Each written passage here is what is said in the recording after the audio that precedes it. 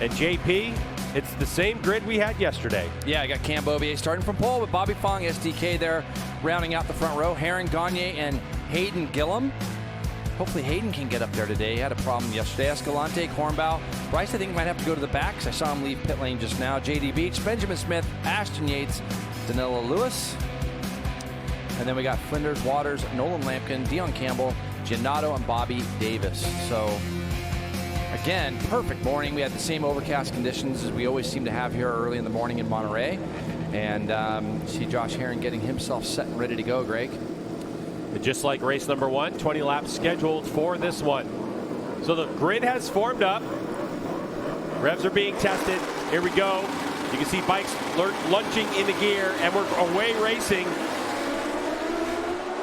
And it looked like our pole sitter got a decent launch, but who's going up the inside in turn number 1? It's going to be, or turn number 2, it's Bobby Fong, and there goes Heron around the outside of everybody. So just like that, Josh Heron's got the lead. Beaubier drifting really wide, trying to square up the corner. It's good to see Escalante out there trying to get some points for his championship. But Josh Heron right now is eking away 24 flat when they came by the start-finish line. Fastest lap of the race so far for Heron. That have the least amount of information from yesterday because Beaubier crashed but was able to pick it up, finish the race in 6th. So the number 69 is Hayden Gillum. Hayden Gillum, of course, we've been keeping an eye on. And so a lot of people are finding themselves having to retune their bikes for WeatherTech Raceway Laguna Seca. Also, to add to what Jamie was talking about with Hayden Gillum and JD Beach, there were 3 people from HRC that stuck around, electronics especially, from Japan that were there working with them, with the team on that bike. Cameron's watched the video, he's looked at the data, he still doesn't understand why he went down. When you understand why something happened, you can fix it, but he doesn't know why it happened, so it was a little lacking confidence coming into racing. Absolutely, Jamie, and I spoke to him as well, and he said, Jason, we looked at the data, I was 1K quicker. And I asked him straight up, I said, did you have any indication or feeling? He said, I had no clue. And when you watch it, I watched the video back last night, Greg, and you can tell as a rider when somebody's not quite comfortable, as JD Beach looks up the inside of his teammate going up over turn 1 on the pair of Hondas. But I asked Cameron, I said, when I watched it, and Hayden's going to run a little bit wide here, I said, when I watched it, I didn't get the feeling at all as he slips it back, turns it back up underneath JD. Dirt track style. But I asked Cameron, I said, from my point, I can always tell when a rider looks like they're in a little deep, just like Hayden just was there. And he said, yeah, I had no clue. Trying to go up underneath him, gets into turn 2 ever so slightly, but see what he's doing here, even though he's made a mistake, he can square it up, Greg, and he can get on the gas earlier, even though JD rolled up underneath him. Hayden squares that up, like you say, dirt track style, and gets back underneath him. And these 2 guys are going to come in, and JD's going to tell him everything he saw with Hayden. Let's see what kind of lap times Heron's able to maintain. He goes through 24.8. Bobby's still in the 24.2s. So that was 0.6 of a second. And Heron's so strong on the brakes down into turn number 2. So some of that advantage that Bobby Fong was able to get, or in that same part of the track we talked about before, he's got to give it back up in that first sector. Well, let's talk next time they go through turn 2. We'll have a little bit of a chat about what I see with those guys and some of the things I was told. You see Hayden Gillum getting it a little bit wrong going into turn 11. That's going to allow JD to sneak up underneath him. So these guys are in the 25.9s is what JD did that last time by. So you're going to see a distinct difference in lines between these 2 guys, and especially the beginning part of the lap. So turn 2 specifically, even going into 5, and then as they get close, like see how much closer Bobby is this time. If he had been this close yesterday on the last lap, that move that he tried to make in turn 11 probably would have been successful. So we'll see how that changes.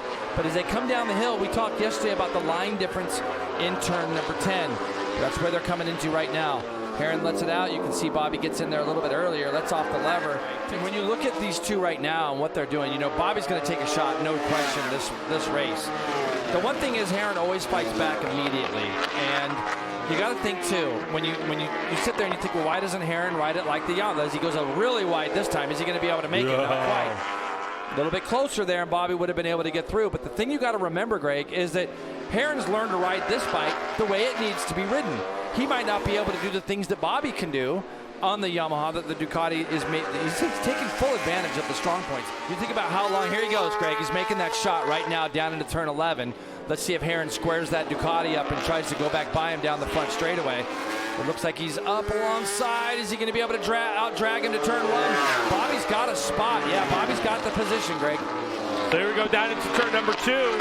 And if Bobby's got a little bit extra in the tank right now. And the other thing I'm paying attention to also, Greg, they're only 1.7 ahead of Cam Beaubier now. So Beaubier is actually closing in on these two as well. So, but for Bobby, look at this gap. Keep in mind, this is our first race today, second Superbike race of the weekend, and we have one more to go. So this is really important for the Vision Wheel M4X Star Suzuki crew to get all this information for SDK. Even though it's going to be a couple of short hours to make adjustments to the bike, they'll definitely want to make it. Yeah, doing a good job. Both these guys are. And for Gagne, he's missing a little bit of something, I think, under braking for him that he's not quite confident with.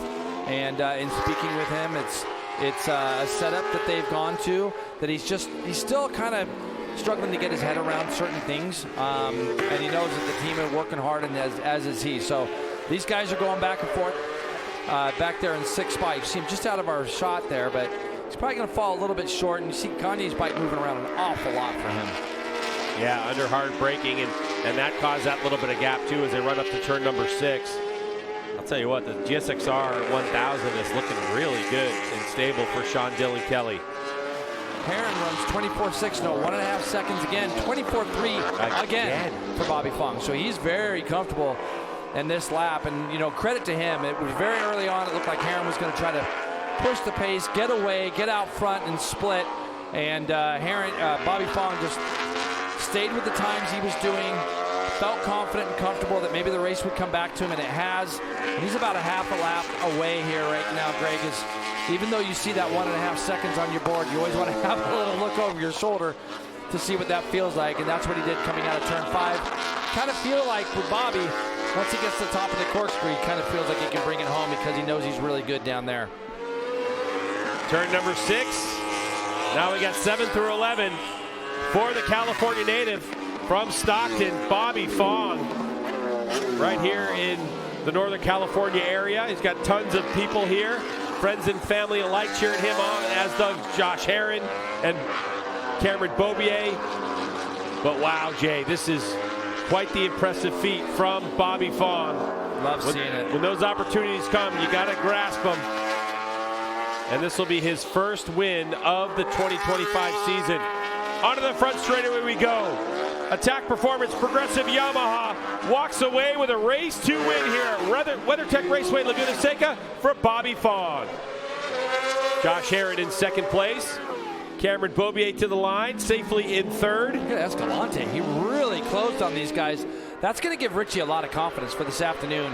So STK, a nice fight in 4th, Gagne and Escalante. And then this battle, oh man, Hayden had got by, and then kind of the same thing we saw him do before. So what a performance he's having so far in front of his friends and family. In terms of the points, he's probably just ahead of Jake Gagne now, his teammate from Attack Performance Yamaha.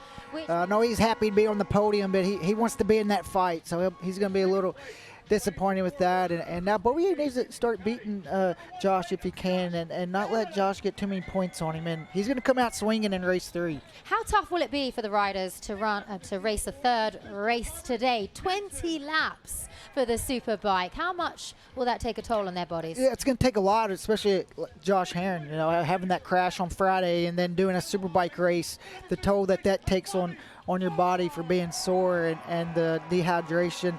And they come out and do it this morning, and then now has to go out this afternoon and do it as well. That one thing that helps a lot in this sport is adrenaline. When those lights go out, when you're struggling, when you're sore, it really helps that. Yes, all the festivities as well, I think, when you're on that starting grid and you've got the national anthem and everything going on around you, and such a great crowd here with the beautiful conditions at Laguna Seca, that's got to rile you up for sure as well.